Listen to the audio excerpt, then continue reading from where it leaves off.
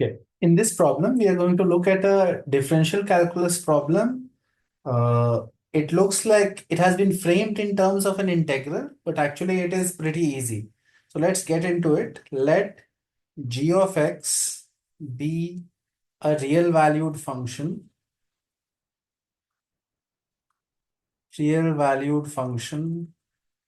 defined on minus pi by 2 to pi by 2, such that g of x is equal to e power 2x plus 0 to integral sine x of e power t divided by cos square x plus 2t sine x minus t square dt for all x belonging to minus pi by 2 to pi by 2, right? Now it is also given that f of x is the inverse of g of x, where 0 is less than x is less than pi by 2. So over the range of x 0 to pi by 2, f of x is the inverse of g of x, right? Now the questions that are being asked, we have to select the right options. F dash 1 is equal to 1 by 3. Option B is g dash 0 plus g double dash 0 is equal to 7. Option C is g of 0 plus g dash 0 plus g double dash 0 is equal to 9. And option D is g double dash pi is equal to 4 into e power 2 pi. Okay. So this is the question. Notice that the gx function looks very complicated. It has an integral where the integral is a rational function, but the numerator is exponential and the denominator is a combination of algebraic and trigonometric parts, right? It's like a quadratic in t, but with trigonometric coefficients. So this integral will be quite difficult to solve, right? So anybody who is attempting to do this problem, you should not try to find gx. Should not try to find gx directly. If you try to integrate gx directly and find gx directly, it is going to be very difficult and will take a lot of time, right? However, we have to use the fact that f of x is the inverse of g of x when 0 is between 0 to pi by 2 for x. And we have to use the fact that g of x is a real function defined like this. Somehow we have to use the inverse fact somehow to get these things, right? So let's think about it. We have g of x given as e power 2x plus integral 0 to sine x limits e power t by cos square x plus 2t sine x minus t square dt, right? So now this is valid. This result is valid for all x between minus pi by 2 to pi by 2. So it is possible that we can put x is equal to 0 here. We'll get g of 0 because 0 is inside my accepted domain, right, of minus pi by 2 to pi by 2.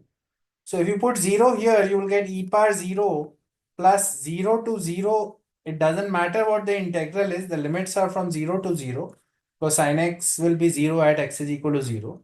So it is going to be 1. So we are getting g of 0 as 1. And we already know that f of x is inverse of g of x when x is from 0 to 1. X belongs to 0 to 1. So that means g of 0 is 1, which means f of 1 will be 0, right? So these two things are coming just by putting x is equal to 0 in the whole equation and realizing that f and g are inverses of each other, right? Okay. Now the question is asking for many terms, like they are asking for g dash 0, g double dash 0, and so on, right? You can see in the options, these things have to be found. Okay, so for that, we will need to find the derivative of this. So you automatically have to differentiate this. So g dash x would be 2 times e power 2x is the derivative of e power 2x, plus when you want to differentiate this expression over x, the way to do it is by Newton-Leibniz formula, and you'll put the upper limit in the variable t, and then you will differentiate the upper limit, minus you put the lower limit in the variable t and differentiate the lower limit, which will be 0. So the derivative of this integral by Newton-Leibniz rules is going to be e power sine x times cos x divided by cos square x plus 2 sine square x minus sine square x, right? So this is what is coming here in and minus 0, so nothing else remains. So notice this is plus sine square x. So it is cos square x plus sine square x. So that is going to be 1. So the derivative is 2 e power 2x plus e power sine x into cos x. That is my derivative here, right? And that immediately gives us that g dash of 0 will be equal to 2 plus 1. If you put 0 here, you get 2 here, you get 1 here. So g dash of 0 is equal to 3 we are getting. We already know g of 0 is 1. We know g dash of 0 is 3. And we know g dash x function after differentiating like this, right? Now we'll also find our g double dash x function. So g double dash x function would be straightforward again. And if g dash x is 2 e power 2x plus e power sine x into cos x, g double dash x is going to be 4 e power 2x plus e power sine x into cos square x plus e power sine x into minus sine x. And therefore, g double dash 0 would be 4 plus 1. And when you put 0 here, this vanishes. So it is 5, right? So far we have gotten g of 0 is 1. G dash of 0 is equal to, we calculated was 3. And g double dash 0 is equal to 5, right? We know also that f of 1 is 0. From there only we found out g of 0 is 1, right? So now our job is to figure out which options are correct. So automatically I'm getting option B is incorrect because g dash 0 plus g double dash 0 is 8, not 7. Option C is correct because you're getting g of 0 plus g dash 0 plus g double dash 0 is 1 plus 3 plus 5.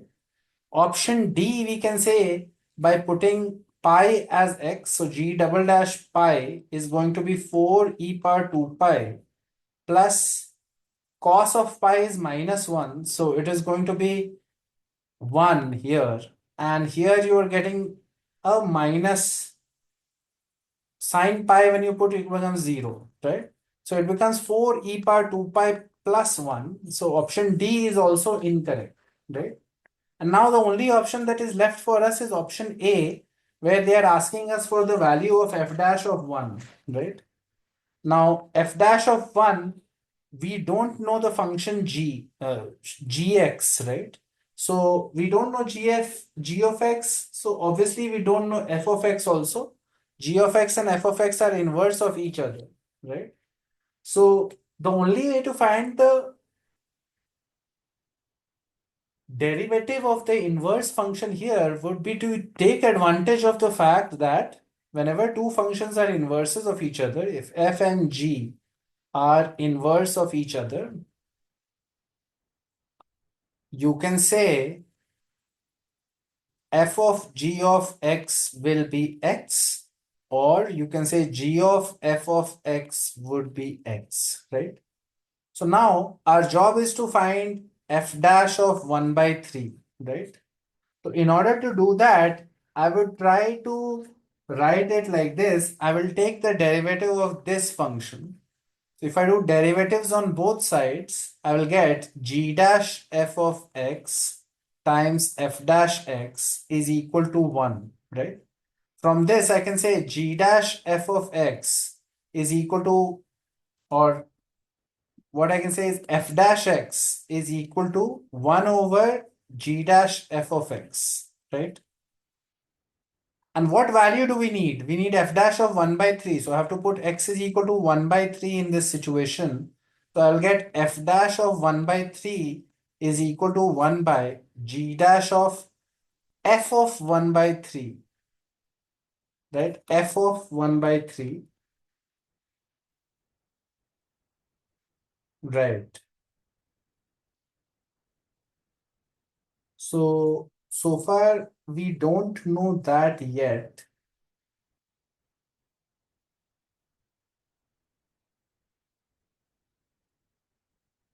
Wait, I'm making some mistake. I need to find the value not of f dash 1 by 3. I need to find the value of f dash of 1, right? The question in part A option is asking us for f dash 1. So f dash 1 should be equal to 1 by g dash of f of 1. And I know that f of 1 is equal to g of 0. And both of these things are equal to 0, right? So technically I have here 1 by, this we have already found earlier in the problem, right? So now I have to find out 1 by g dash of f of 1, which is 0. And we also found g dash of 0 earlier in the problem, that was 3. So it becomes 1 by 3. And that is the answer for f dash 1. F dash 1 is equal to 1 by 3. And this method that we have used here of finding the derivative of an inverse function, even if we don't know the inverse function, or even if we don't know the original function, this method is super important. There have been several times, several problems in JEE mains and advanced in the last 20 years that this has been asked. So you need to be very aware of it and know this technique. All the time, you don't need to find the real function to find the derivative of its inverse. You can do it by the result that f of g of x is x, or g of f of x is x, and you can differentiate using chain rule and get a condition like this, right? So keep this trick in mind. This is a very commonly used idea, so you should know it for sure. That's it for this video. I'll see you next time.